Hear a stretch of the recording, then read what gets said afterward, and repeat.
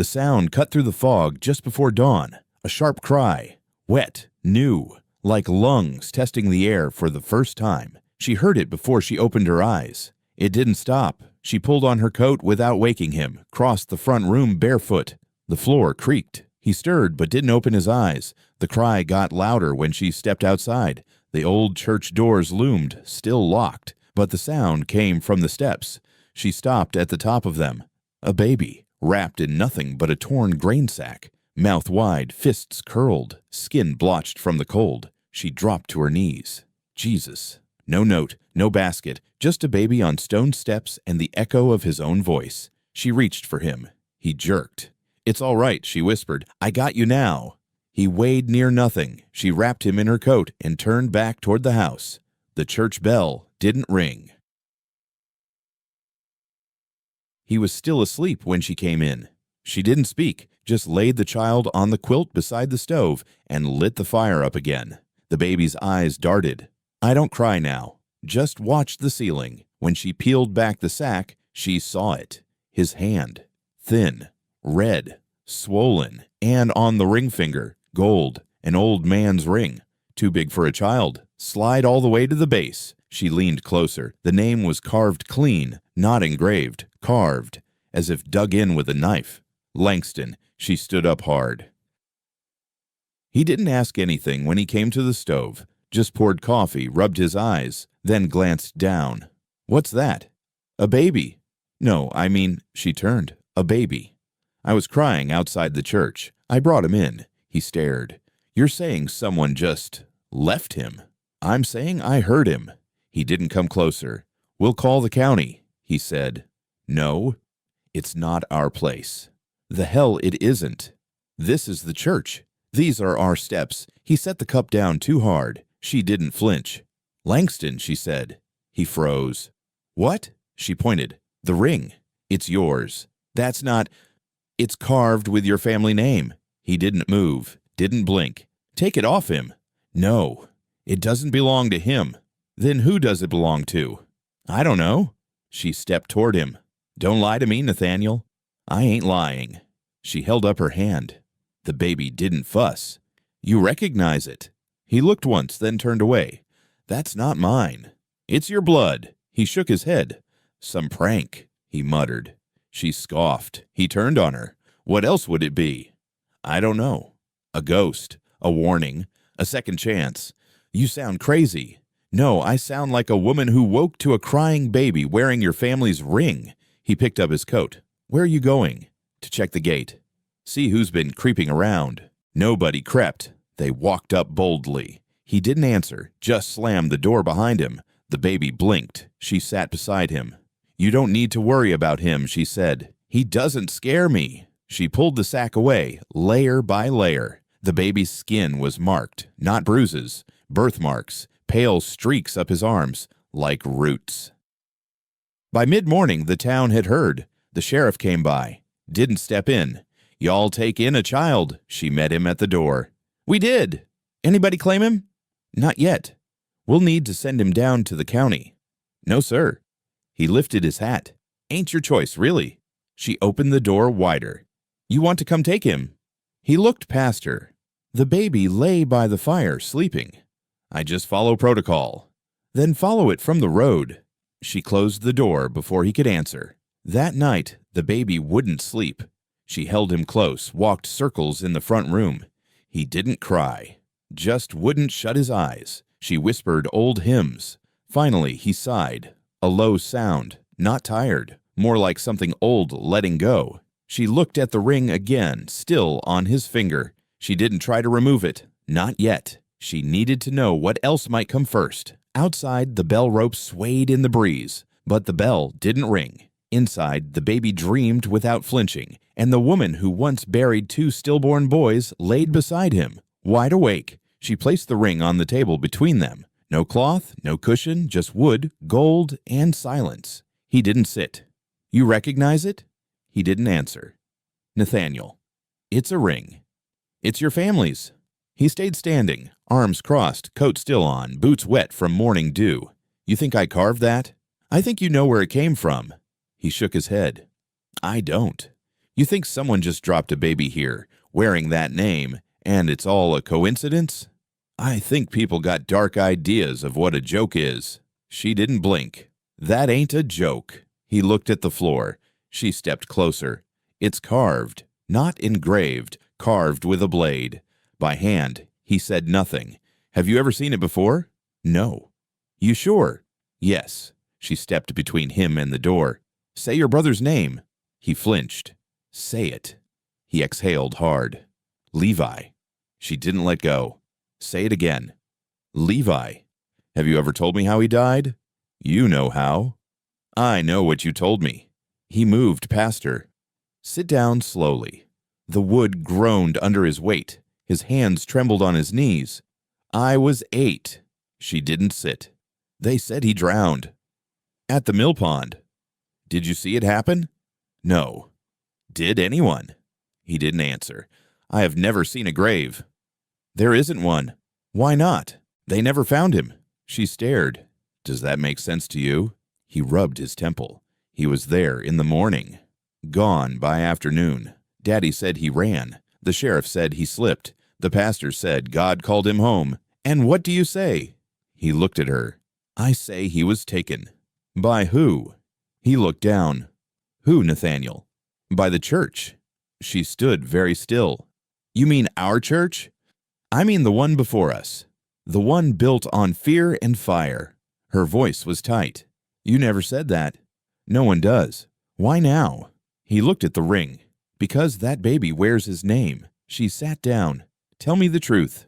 He spoke quietly, like it hurt. Levi was different. Asked questions. Sang strange. Sometimes he'd go out at night and talk to himself under the trees. Mama said he had the devil in him. He didn't. No, he had something soft, something curious. She folded her hands. What happened? One morning, he was gone. Just gone. Daddy cried for show. Mama screamed till her voice broke, but no one called to search why. He looked her in the eye. Because they knew. Knew what? That the church took him. Said they'd cleanse him. Cleanse? That's the word they used. She pushed the ring across the table. Then why is this here now? He didn't touch it. I think he lived, she said. I think they didn't kill him. Just locked him away. Hide him. That was 28 years ago. Maybe he got out. He looked at the wall behind her, eyes far away. I used to hear crying, he said. Middle of the night, when I was small. I thought it was wind. I thought it was Mama. But it was something else. Coming from the cellar. There's no cellar. There was. She stood. Where? He pointed to the far wall. That corner. There used to be a door. Daddy bricked it up when I turned 10. You never told me this. I buried it.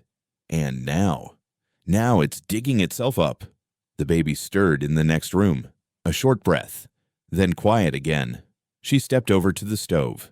Ladled soup. Set it in front of him. He didn't touch it. You believe that child is Levi's? I don't know what to believe. But you're afraid. I'm ashamed. She looked at the ring again. I think it's his son. He blinked.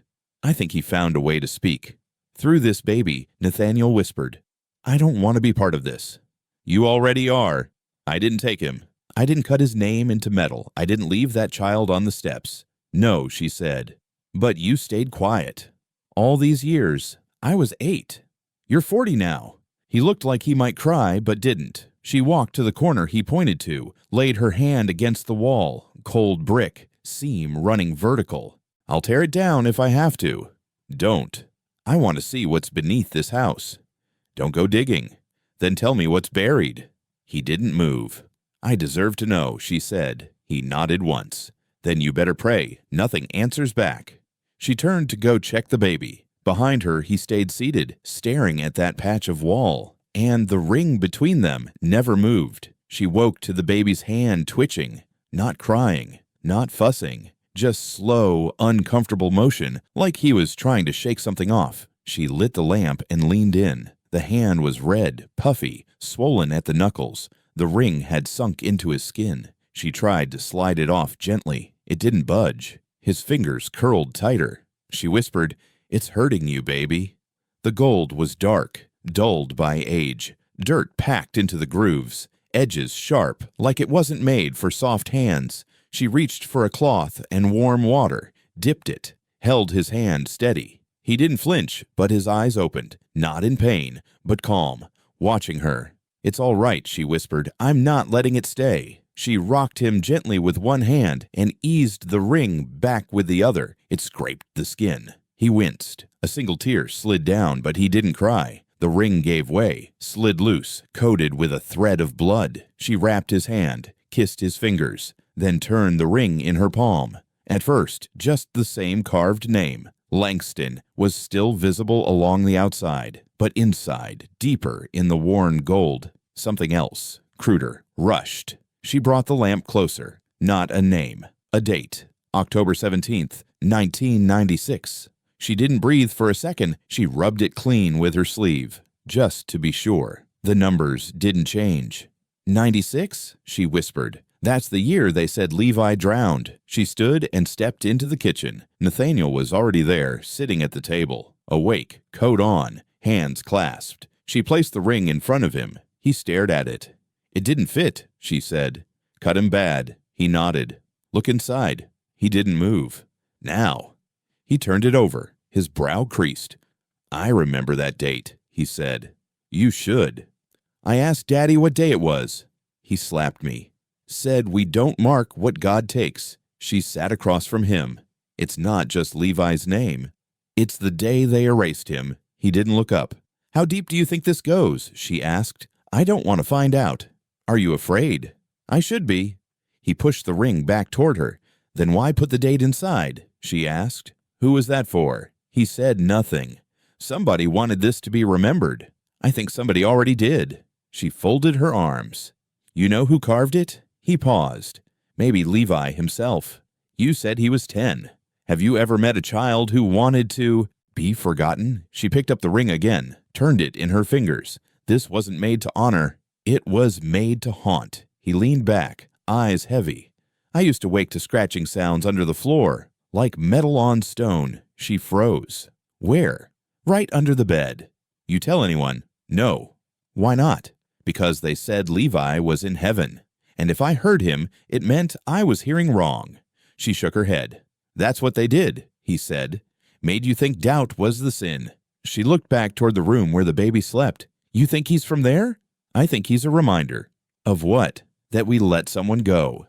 "And now they want back in." She stood. "I'm going to find the record." "What record?" "The church's." He frowned. "Those files were burned." She smiled without warmth. "No, just hidden." He didn't argue. The church was cold, dark inside. She lit a lantern and moved past the altar, past the rows of empty pews, to the back room where the old cabinet sat behind a curtain. The key still hung from a nail above the door. She used it. Inside, hymnals, old letters, a cracked baptism bowl. She pulled out the drawer at the bottom. Files, faded dusty, smelled of mildew and ash. She flipped through names, births, deaths, baptisms, sermons, until her fingers stopped on a page folded uneven, unmarked. She opened it slowly. Only one entry.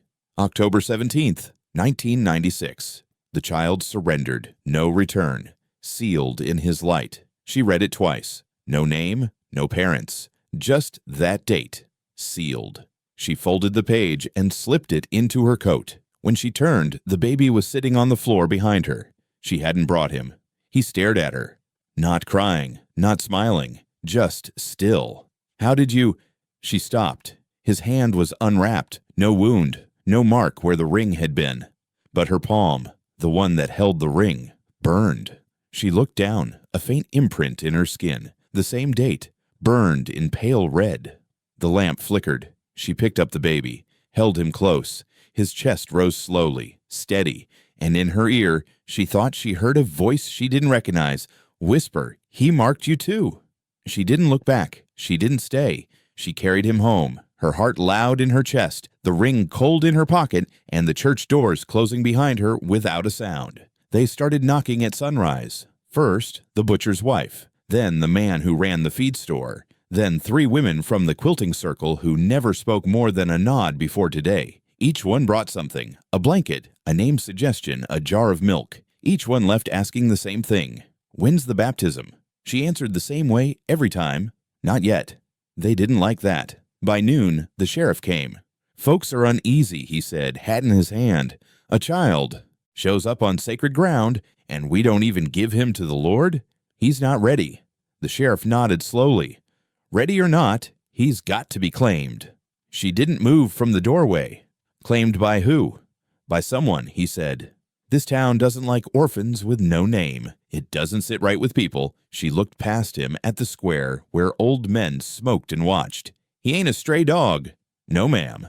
But he ain't kin either. She closed the door. Behind her, Nathaniel stirred his coffee, still in the same shirt from yesterday, still not talking much.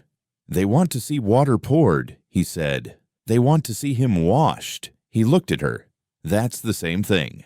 No, it's not. She lifted the child from the basket near the fire. He kicked soft, calm. They think if I speak his name and drown him in a bowl, the mark goes away. Nathaniel didn't answer. She bounced the baby lightly. He doesn't belong to us yet, she whispered. That night, she dreamed of the church, not how it was now, how it used to be. Older, cracked, blackened at the corners. She stood outside, barefoot in a white nightdress. Her arms were empty.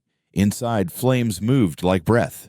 Not fast, not slow, just constant, controlled. She tried to walk toward the door, but the bell above it was ringing without sound, and she knew, without seeing, that something was inside the fire, not burning, just waiting. When she woke, the baby was asleep beside her, but the air smelled faintly of smoke. The next morning, they waited for her at the chapel steps. 4 women, dresses ironed, hair pulled back, holding hymnals like shields. We brought oil, one said. For the baptism, said another. We'll help you do it right, said the third. She didn't take the oil. The 4th woman stepped forward. What are you waiting for? She looked at the baby in her arms. He blinked up at the sky like he knew something none of them did. I'm waiting till he speaks. A few of them gasped.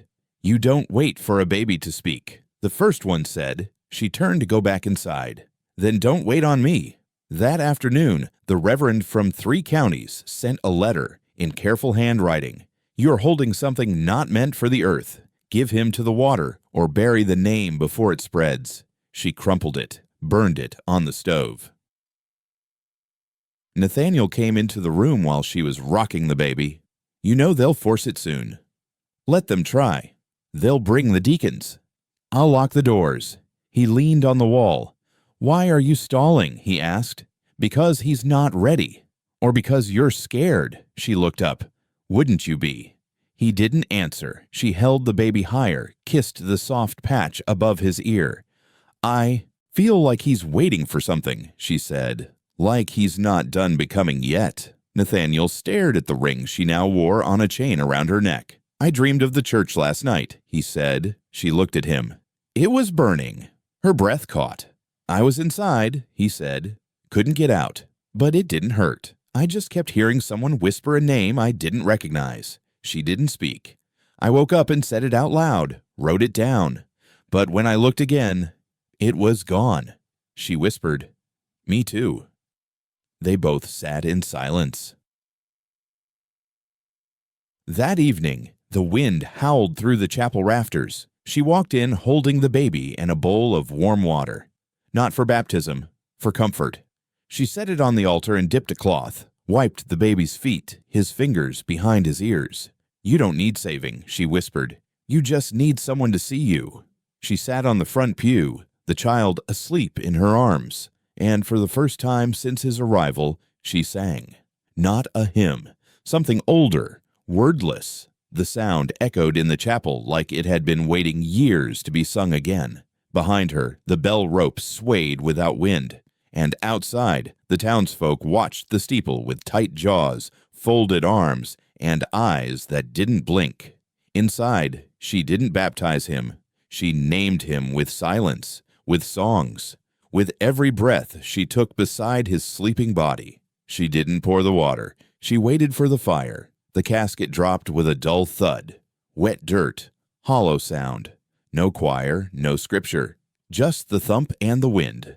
They buried Mabel Dunn under the twisted elm she always hated, claimed the roots whispered at night, claimed something was buried beneath her before she ever moved in. Most people called her mad. Some said she heard things she shouldn't have survived. But when she died, the town still showed up. They always did it for one of their own, even if they didn't cry. Nathaniel gave the prayer, voice low, no flare, just words people expected. She stood beside him, baby in her arms, wrapped tight in the blanket with the faded quilt square stitched into the corner. The townsfolk avoided looking at the child, didn't speak his name, didn't ask for it.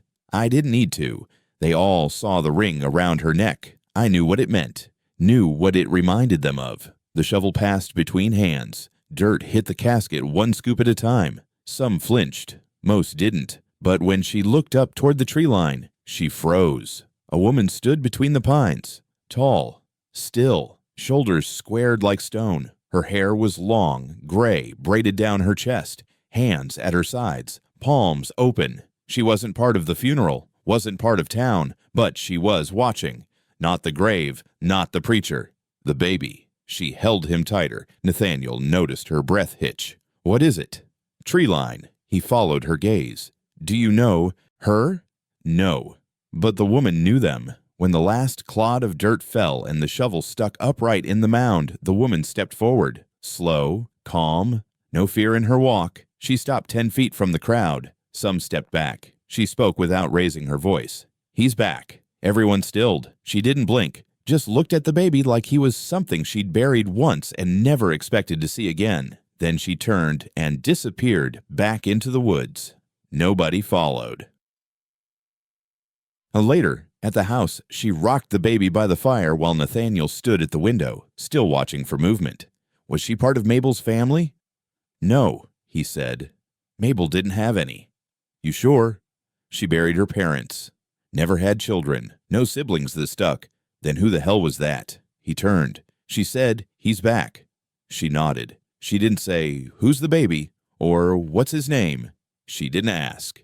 She knew the baby stirred. She looked straight at him, she whispered. Nathaniel rubbed his jaw. She looked at him like she'd seen a ghost grow skin. She stood. I'm going to find her. You don't even know where to start.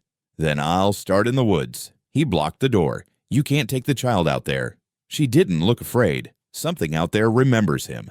That doesn't mean it's good. No, she said, but it means he's not alone. At dawn, she went back to the gravesite. Fresh dirt, shovels still upright, but someone had tied a strip of cloth to the handle. Old, yellowed, frayed at the end. She tugged it loose, unfolded it, a name stitched in the center. Rough thread, dark brown, almost red. Levi. She fell to her knees, not out of grief. Recognition. That cloth came from the Langston house, from a set of curtains their mother made when the boys were young. Nathaniel found her there minutes later. What is that? She showed him. He didn't speak. Why leave it now? He knelt beside her. To be seen. She knows who he is. She might know what happened. They sat in silence. You think she's from the old church? She asked. No, I think she's from before it. She looked at him. There were people here before the building, he said, before the baptisms, before the hymns. They kept other records, sang other names, and buried other children. He stood and pulled her to her feet. If she comes back, he said, you don't go alone. I won't wait either. That night, she didn't sleep. She sat in the rocker, baby against her chest, watching the fire dance and the wind move shadows across the floorboards, and she kept the cloth tied around her wrist, because whatever stitched that name still remembered how to find them. The cemetery didn't keep maps. Graves were passed down by mouth, by memory, by rumor. She walked row by row with the baby strapped to her chest, and the date from the ring burned into her thoughts. October 17th, 1996. She counted backward through the stones, faded names, moss-choked dates, most unreadable. Some were never carved at all. At the far edge, near the split fence and the tree line, she found it.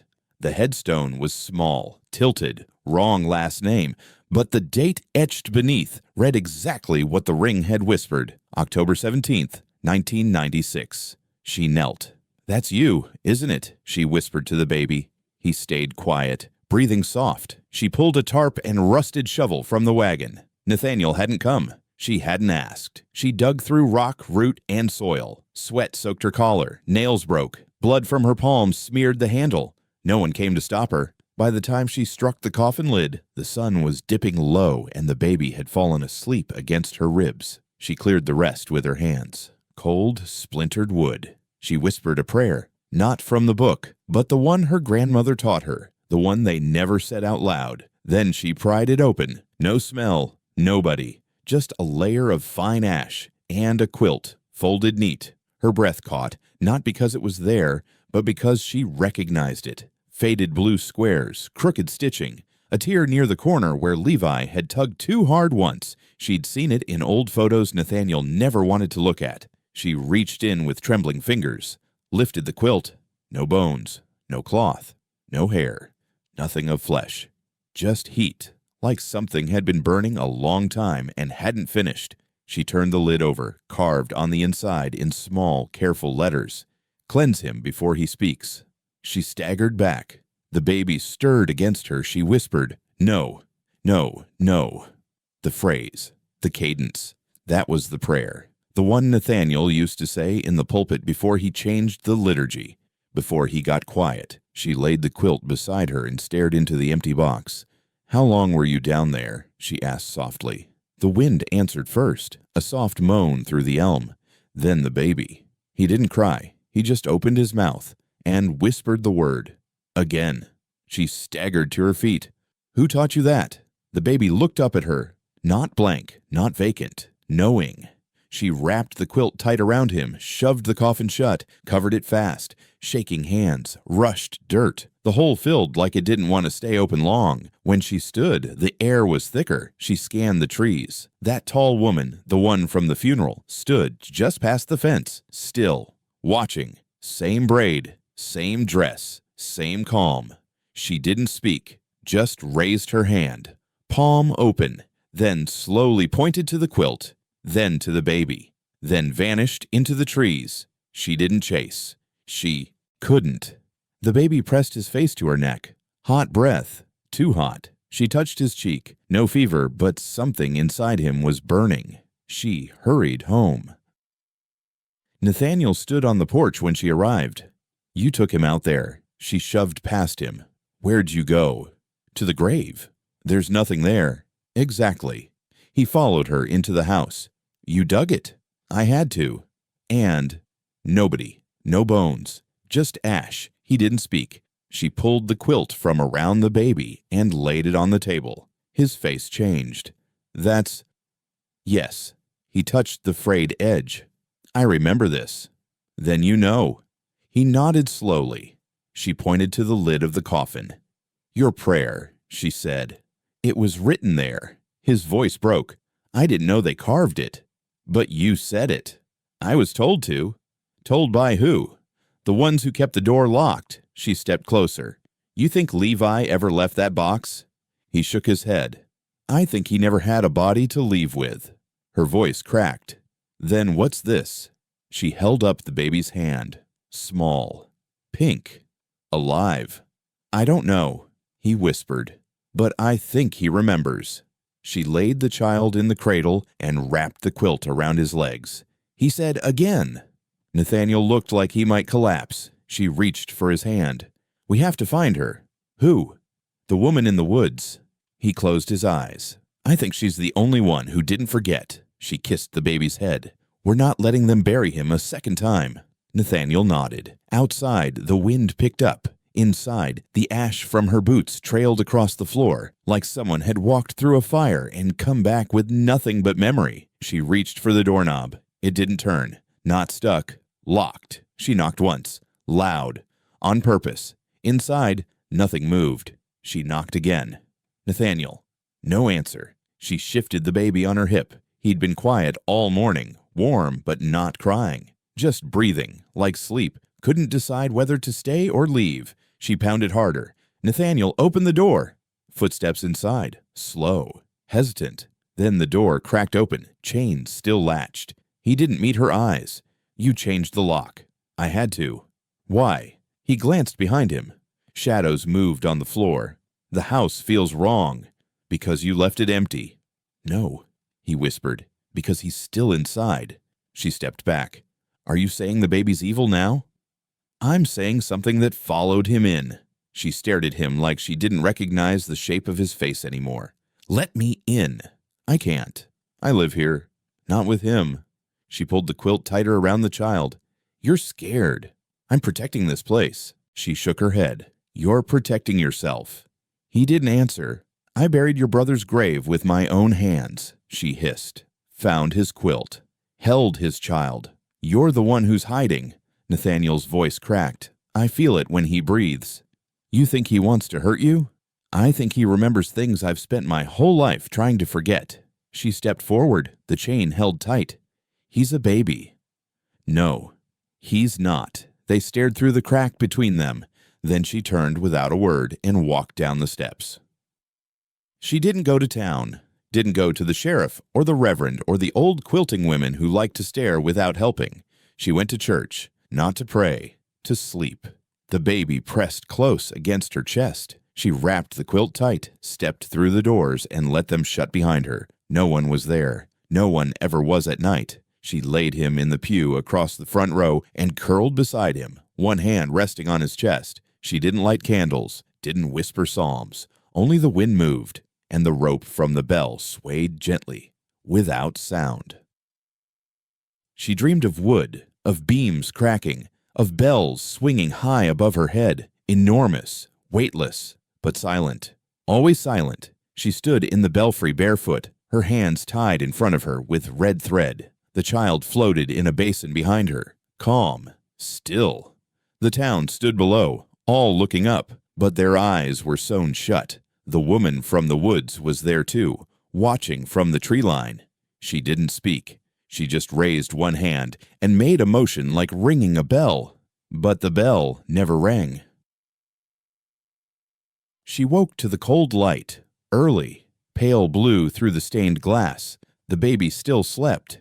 She sat up slowly, rubbed her eyes, and looked toward the altar. Someone had placed a bowl of water there. She hadn't brought it. She stood, approached it carefully. Steam rose, still warm. Beside it, a piece of parchment, folded once, no name. She opened it. 3 words. This is enough. She turned, heart thudding. No one in the pews, no one at the door. She walked the aisle, checked behind the pulpit, behind the velvet curtain, in the storage closet. Empty. The baby stirred in the pew. She rushed back. His eyes were open, watching her, not smiling, not frowning, just there. You didn't wake when she came in, she whispered. He blinked once. She picked him up, held him close. Then I looked again at the note. This is enough. Enough for what? To baptize? To bury? To break? She didn't know, but the water in the bowl still steamed, still waiting. She didn't touch it. She walked out of the church barefoot, quilt dragging behind her like a trail of memory, and sat on the steps until the light turned gold. She sang to the child, not hymns, just the same word, over and over. Levi, Levi, Levi.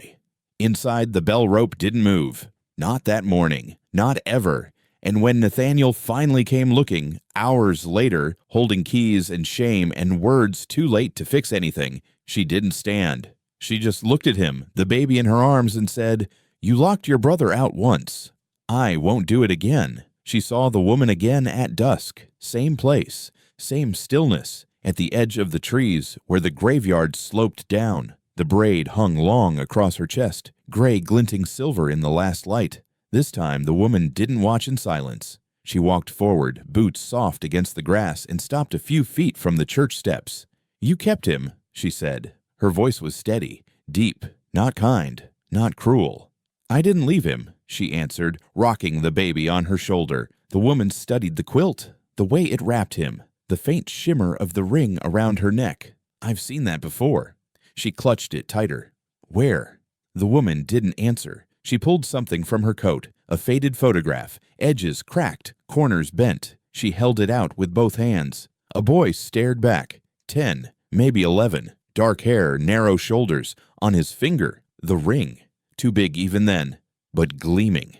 That's him, she whispered. The woman nodded. My brother. The world seemed to tilt. Your brother. The woman's eyes softened for the first time. They called him Elias. We called him Eli. He wore that ring, said it meant he'd never be forgotten. She lowered the picture. But he was. Her throat tightened. What happened to him? The woman stepped closer. He vanished. Same steps, same church. Her voice dropped lower. They said it was a blessing. She didn't breathe. The woman's jaw clenched. Mama prayed it was true. Daddy said, don't speak his name again. But I never believed them. I knew he didn't drown. I knew he didn't run. Her hands shook slightly as she slipped the photograph back into her coat. Now I see him again. She looked at the baby. This isn't Eli, she said. No, the woman agreed. But it carries him. Silence stretched. The wind picked up, moving the bell rope just inside the church door. No sound followed. What are you saying? She asked. The woman lifted her chin. I'm saying the church took him, same as it's trying to take this one. And I'm saying you can't let them. The baby stirred against her, pressed his cheek into her collarbone. They already want him baptized, she whispered. They'll want more than that. She swallowed. Why me? The woman's eyes fixed on hers. Because you're the only one who didn't look away. The sky darkened. The first stars cut through. Nathaniel's voice called from the path. Who's there? He came into view, coat thrown over his shoulders, lantern swinging. The gray-haired woman didn't move, didn't hide, just stood tall in the half-light. Nathaniel froze. God. She turned to him. You know me. His mouth went dry. No. Yes, she said. You do. He shook his head, backing a step. No, you're dead. I should be. He dropped the lantern. It clattered but didn't break. She stared at him. You prayed over me once. Same words carved in your brother's coffin. Her wife's heart pounded. Nathaniel. But he couldn't speak. His lips moved. Nothing came. The woman shifted her gaze back. Keep him close, she said, nodding to the child. Don't let the rope call him. Don't let the water take him. He belongs to the living. Then she turned and walked back into the trees. No sound of steps. Just gone. Nathaniel bent to grab the lantern with shaking hands. His eyes wouldn't leave the dark line of the forest. You know her, she whispered. No. Don't lie. I don't. She said you prayed over her. His shoulders sagged. I was a boy. I don't remember. I was told to. Her brother wore this ring. Nathaniel swallowed hard. What else were you told? She pressed. That she was sick. That her family gave her up. That God wanted her soul clean. And you believed it? He stared at the ground. I wanted to. The baby whimpered, shifting in the quilt. She hushed him, rocking slowly, eyes never leaving her husband. You believe her now? He looked at the church behind them, at the bell tower, dark and still. I don't know what to believe. She touched the ring at her neck, feeling its weight. The date carved inside pressed like a blade against her skin. Believe this, she whispered. They didn't just bury your brother. They buried hers too. And they'll try again. The wind carried the smell of smoke. Not fire, not wood. Old smoke. The kind that clings to cloth for decades. The baby's eyes opened, wide and watchful. She rocked him close and spoke to him, but loud enough for Nathaniel to hear. You're not going back to the ground. Not while I'm breathing. Nathaniel closed his eyes. Didn't answer. Above them, the bell rope swayed once more, but the bell still didn't ring. She spent the next morning in the church's back office, where mold lived thick between hymnals and faded scrolls. The baby slept on a blanket by the desk, one arm outstretched, fingers twitching in dreams. She pulled the town ledger from the cabinet, the oldest one, leather cracked and pages stiff as dried leaves. She flipped to the year they kept hiding behind. 1996. Levi Langston. Nothing. No obituary, no funeral, no cemetery notation, not even a line through his name. Just a gap, like someone had torn him out of time and glued the book shut behind him. She flipped back 3 more years, searched for baptism, school enrollment, attendance slips, still nothing. He wasn't just missing from the ground, he was missing from memory. She kept going, one thin sheet after another until her fingers stopped. There, under community contributions, an old column most used for bake sales, canned goods, and firewood. Langston Levi, donated. That was it. No line number, no witness initials, no date. Just that word. In ink darker than the rest, she traced it with her nail. Donated, not lost, not passed, not mourned, donated. She shut the book fast, hold it against her chest like it might try to scream. Footsteps behind her. She turned. The woman with the gray braid stood in the doorway. She hadn't heard her come in. "You found it," the woman said. Her voice didn't rise, didn't shake. She nodded. Donated. The woman stepped inside, looked around the room. Her eyes skimmed the shelves like they knew what was missing. "They changed the word," she said. "What was it before?" "Given." "To what?" The woman stared hard. "To the fire." Her throat dried. "You mean—" "They said it cleansed them. The ones who didn't fit.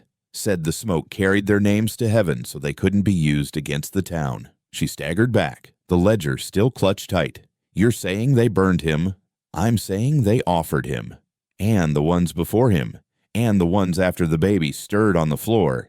They built the church over the pit, covered it with words, with prayers. But the ground never cooled." She sank into the chair. "And no one stopped them. They made it holy." The woman said, "It's hard to fight what everyone calls a blessing." Tears burned behind her eyes. "Why your brother?" she asked. "He was born with a mark on his back. I looked like a bird. They said it was a curse. Said the only way to save him was to give him back to who?" The woman's gaze was heavy. "That was never clear. God. The land. The voices they said only the elders could hear. The room seemed smaller, darker. They kept the fire lit for years," she said. "They stopped calling it sacrifice. Just called it justice. Quiet justice." She looked down at the baby. "He's not marked." "No," the woman said. "But he remembers." "How?" "They always do. In dreams. In silence. In this way they breathe differently when the bells swing." Her voice dropped low. "He's not the only one that came back." She looked up sharply. "What does that mean?" The woman stepped to the doorway. "The pit still opens," she said. "You've just been standing between it and him." She turned to leave. "Wait," she called. "What do I do now?" The woman paused, back still turned. "Don't let them offer him again," she said, "even if they smile when they do it." Then she was gone. That night, she sat by the crib, ledger open in her lap, staring at the word until it blurred. Nathaniel came in, silent. He knelt beside the fire. "I know now," she said, without looking at him. He nodded. "I always did." "You knew Levi had no grave?" "I knew they took something. Never had the word for it. Now you do." He swallowed. "Donated." She shut the book. "Say it out loud." He did. It cracked something between them. She stood, crossed the room, and picked up the baby. He curled into her shoulder like he knew the sound of guilt. "Are you ready to fight for him?" she asked. Nathaniel's eyes burned. "Yes." "Then stop praying like God's listening." He looked up. "And start confessing like the dead are." Outside, the wind howled past the shutters, but inside, the fire held. The baby breathed deep, and the word "donated" hung in the air like smoke that never settled. She waited until just before dawn.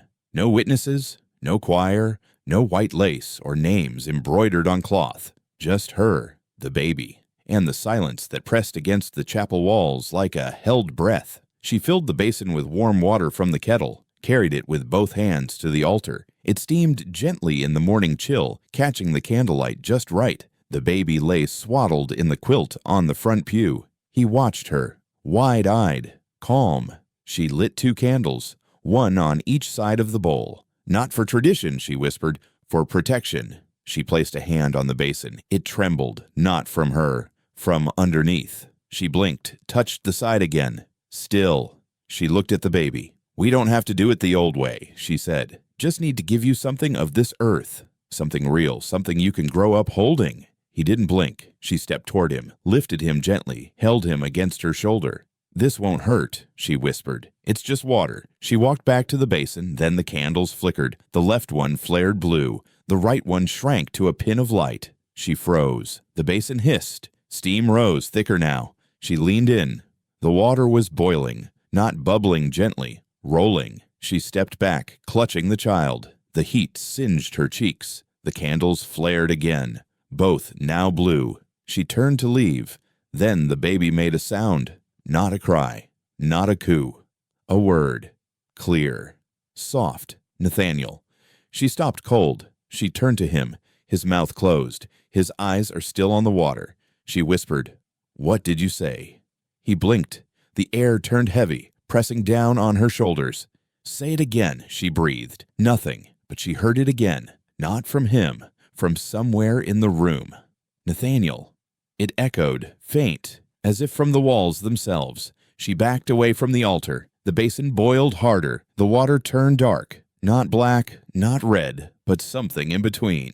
She held the baby tighter. "You don't want it," she whispered. "You don't want their words. You don't want their names." The candles were extinguished. Smoke curled toward the ceiling. The bell above them shook once, just once. Then silence. She stumbled toward the pew, set the baby down, wrapped him again in the quilt. Her hands trembled as she pressed her palm to his chest. Still breathing, still warm, still watching her with those two knowing eyes. The name still echoed in her mind. Nathaniel. She turned. He stood at the chapel door, barefoot, pale, his eyes wide with something between fear and understanding. "I heard him," he said. She nodded. "He said my name." "He did." Nathaniel stepped closer, looking at the bowl. The water was still there, cold, clear again. He knelt beside it, reached in, then yanked his hand back. "Burned." She showed him the candles.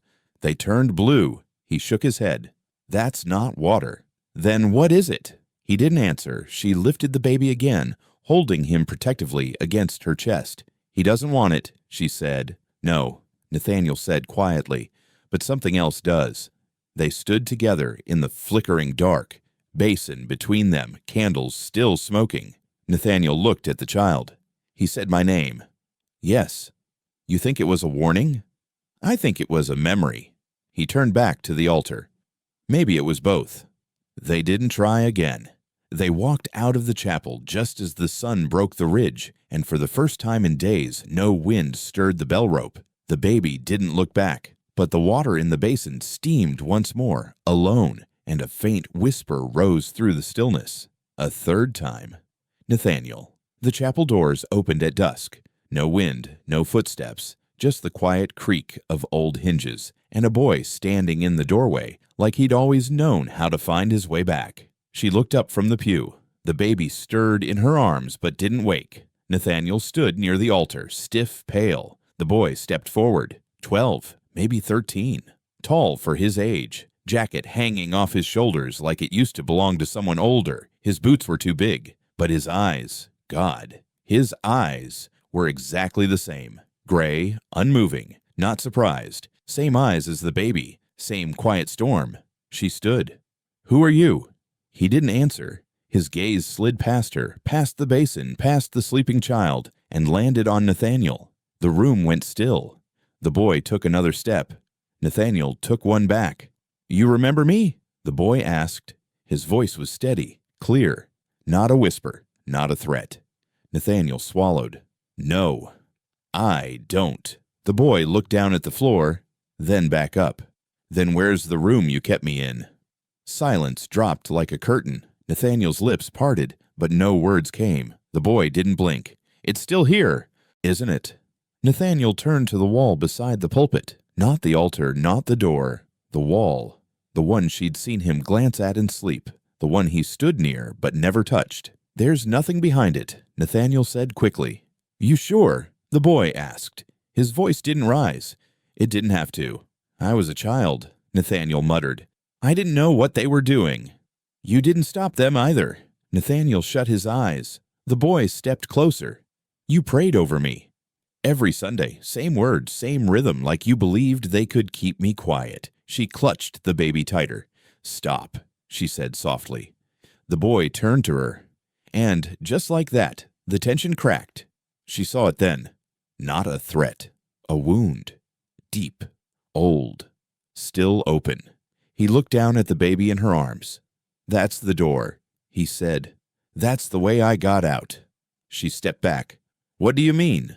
The boy's mouth twitched. Not a smile, not quite. "Sometimes," he said, "something survives." Nathaniel moved toward the pulpit. "I didn't build the room, but you knew it was there. I didn't open it. You never tried.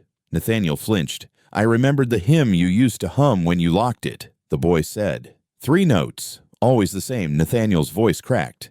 They said it was for healing. They said a lot of things, the boy said. Most of them burned.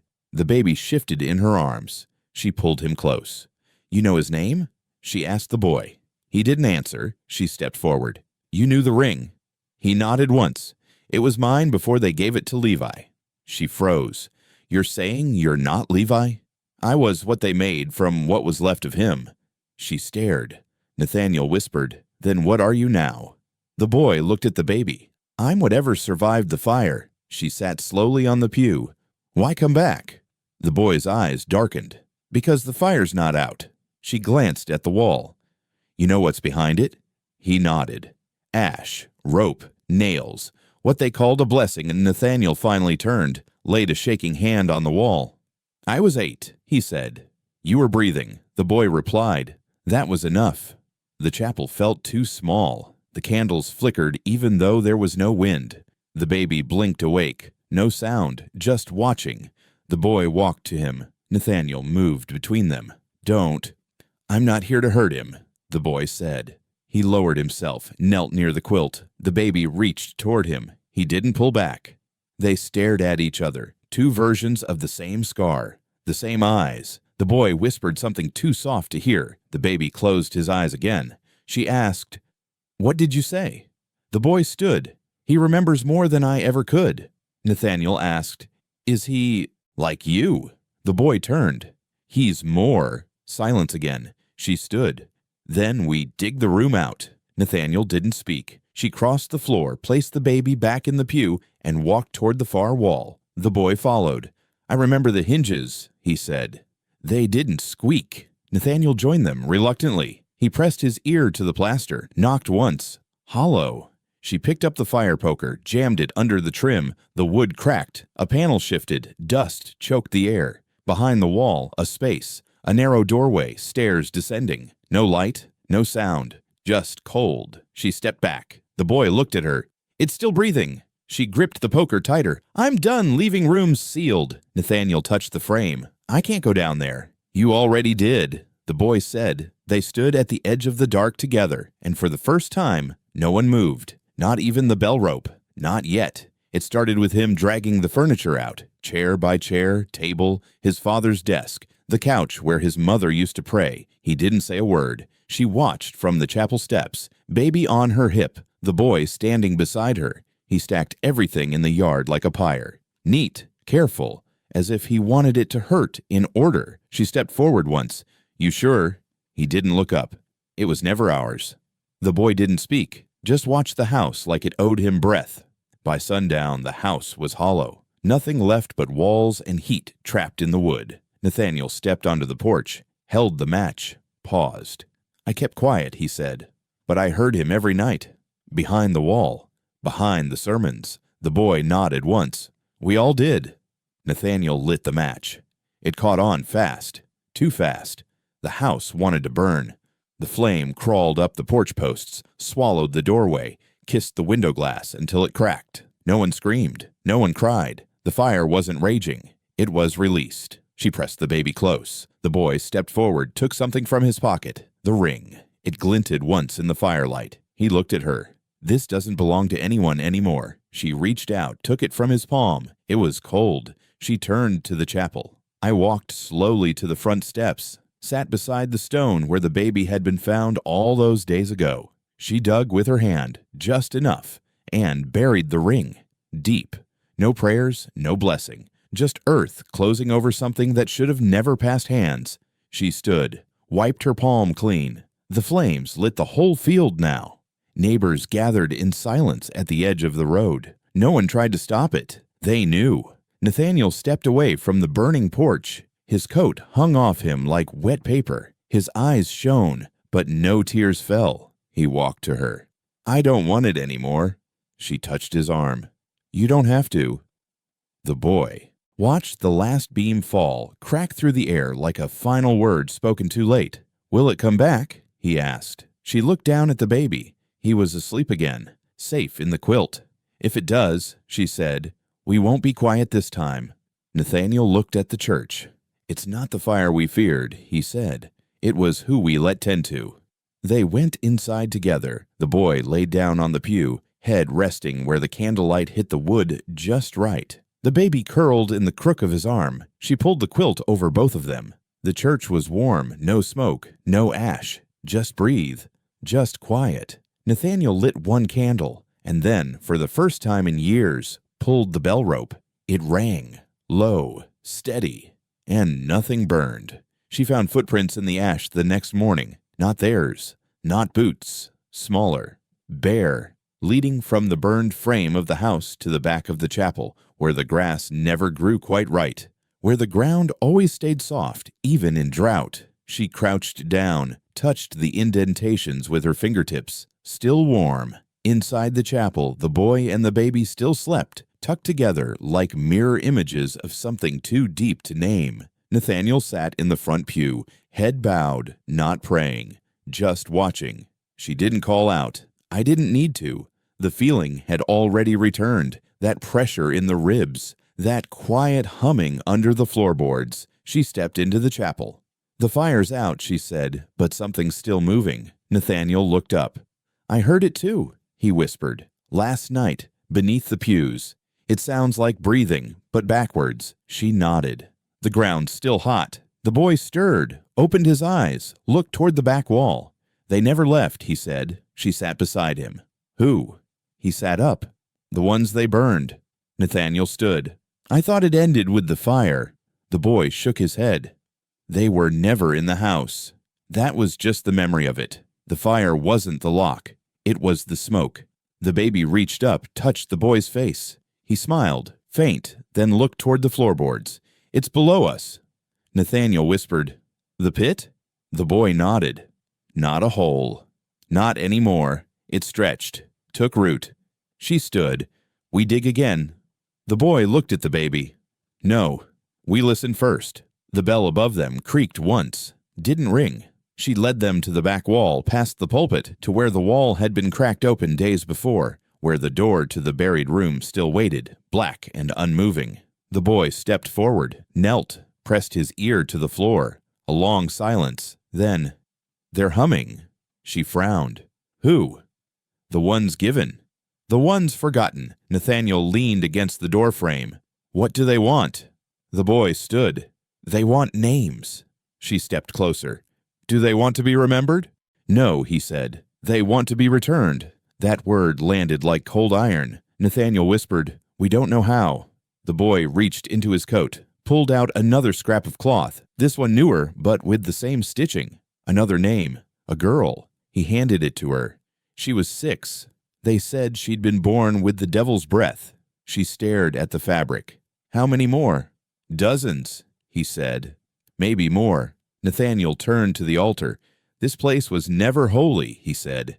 "Just hungry." She looked down at the baby, then at the boy. "Then we feed it the truth." They spent the afternoon pulling up floorboards one by one. The chapel groaned, but didn't resist. Below the boards, dirt, charred bones, scraps of clothing, names carved into stone too small to be seen without kneeling. They read every one, spoke them aloud, and with each name, the ground stopped shaking. By dusk, the air had changed, not lighter, but honestly. The boy sat with the baby in his lap, whispering each name back to him, soft, steady. Nathaniel lit all the candles, even the ones they never used, and when the wind picked up through the broken wall, the bell rope moved on its own. It rang once, then twice, low, but clean. This time the ash didn't settle quietly. It danced, like it had waited years to rise.